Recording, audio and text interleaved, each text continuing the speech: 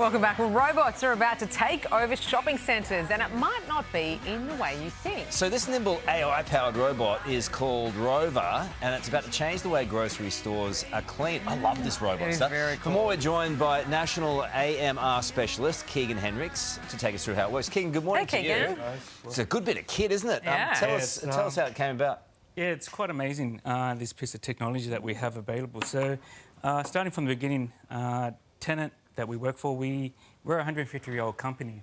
And over those years, we've obviously manufactured a whole different range of machines of sweeper and scrubber machines for our company, for our customers. Wow.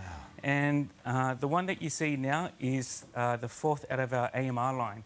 So it's got three older brothers. It's been out there since 2016. And this is the smallest, but it's also the smartest.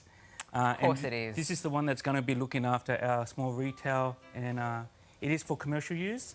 But the reason why it came about was, you know, we listened to our customers, and you know, the game's changed a bit. Over the cleaning game's changed a bit, where labour shortages it's a big problem. Yeah.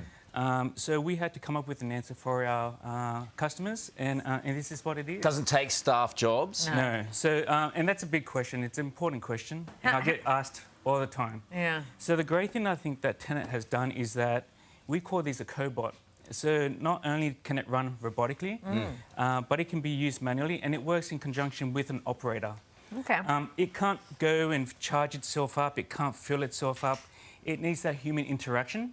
Yeah. So over the 150 years, we know that it needs the human touch to check the machine over, service it, things like that. All right. So, what does it do? Yeah, it makes it quicker. So it basically says, what I can see here is that it brushes, but also mops and then dries as it goes. So it's got 3 in 1. Yeah. So a few of the key features is that, and what makes it work robotically is you've got this big, I guess, Cyclops eye on the front, like a 3D LiDAR.